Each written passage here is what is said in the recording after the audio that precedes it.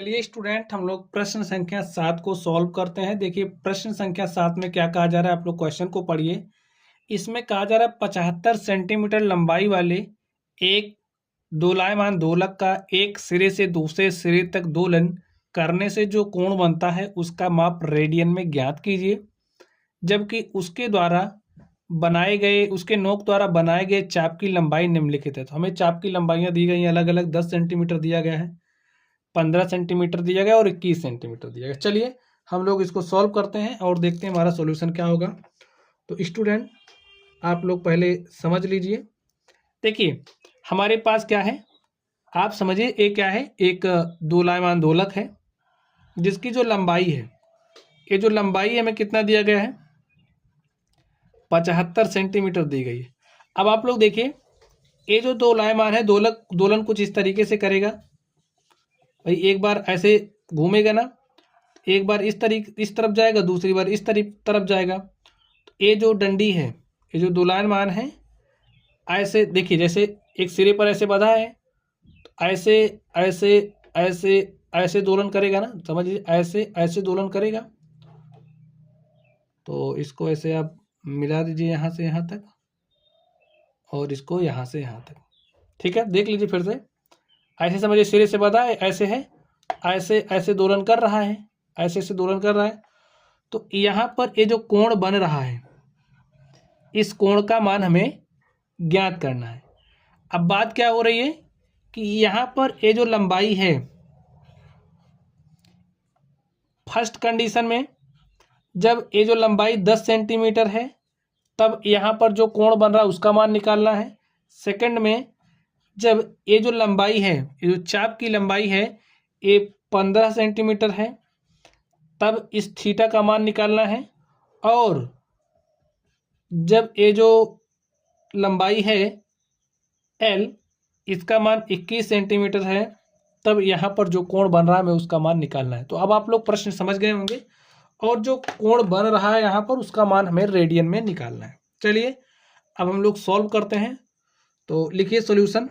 अब आप लोग ध्यान से देखिए, हमारे पास फॉर्मूला होता है। फॉर्मूला क्या होता है, देखिए थीटा इज इक्वल टू होता है एल अपॉन में आर और रेडियन। समझ गए। अब आप लोग ध्यान से देखिए, अभी आपने समझा कि ऐसे दोलायमान है और ये दोलन कर रहा है। अब जब ये पूरा घूमेगा कुछ इस तरीके से, देखिए तो एक क्या बनेगा, सर्कल बनेगा। तो एक काम क्या करेगी, ये जो दोलायमान है इसकी लंबाई बन जाएगी त्रिज्या।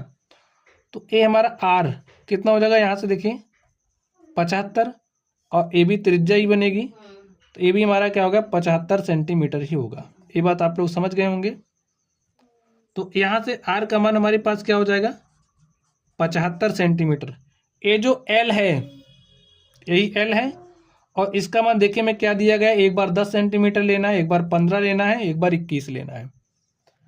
अब चलिए हम लोग इसको सॉल्व करते हैं और यहाँ पर जो कोण है इसका मान निकालते हैं। फर्स्ट कंडीशन में देखिए, अब आप जब एल का मान 10 सेंटीमीटर लिखिए, जब एल बराबर 10 सेंटीमीटर, तो इस केस में जो थीटा है, अगर ये जो एल है ये 10 सेंटीमीटर हो गया, तो यहाँ पर कितना रेडियन कोण बनेगा। देखिए एल कितना है, 10। यहाँ से देखिए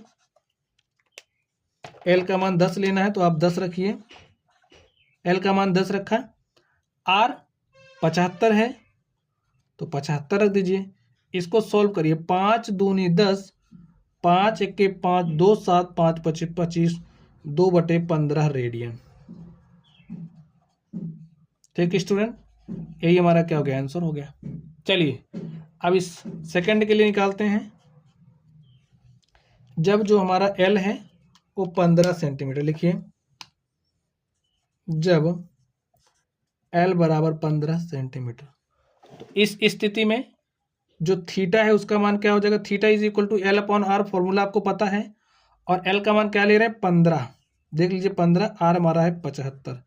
तो 15 के 15, 15 25 75, 1/5 रेडियन। कितना कोण बनेगा यहाँ पर, 1/5 रेडियन। ठीक है, यही हमारा आंसर हो गया। चलिए अब हम लोग थर्ड स्थिति में देखते हैं। थर्ड में देखिए क्या होगा, जब L 21 सेंटीमीटर है, लिख लीजिए जब L बराबर 21 सेंटीमीटर, तो इस केस में थीटा क्या हो जाएगा, L अपॉन R, और L का मान है 21, R हमारा है 75। सॉल्व कर लीजिए, 3 से काटिए, 3 सते 21, 3 से इसको काटा तो 3 दूनी 6, 1 7 हो गया 15, 3 5 15, तो हमारे पास आ गया 7/25 रेडियन। ये हमारा आंसर हो गया। तो स्टूडेंट इस तरीके से ये जो हमारा क्वेश्चन था, क्वेश्चन नंबर 7, हमने इसको सॉल्व कर लिया है। तो चलिए आप लोग पढ़ते रहिए, अगर आप लोगों को कोई भी डाउट हो तो कमेंट बॉक्स में कमेंट करना। वीडियो पसंद आए तो वीडियो लाइक कीजिएगा, चैनल पर नए हो तो चैनल को सब्सक्राइब कर लें। चलिए स्टूडेंट्स आप लोग पढ़ते रहिए, थैंक यू।